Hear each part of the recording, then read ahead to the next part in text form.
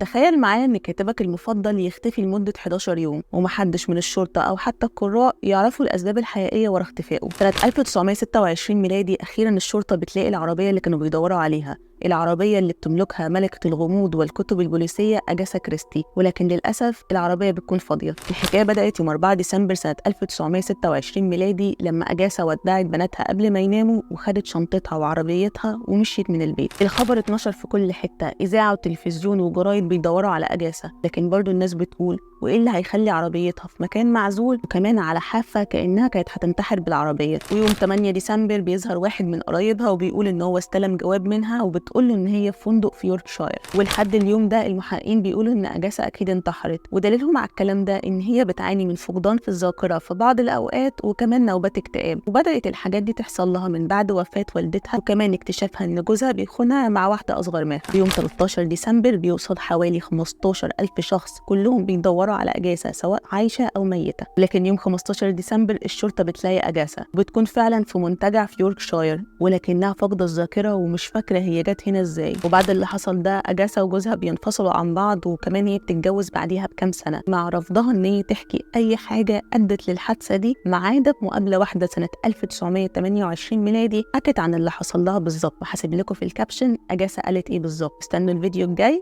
من ما وراء الكتب.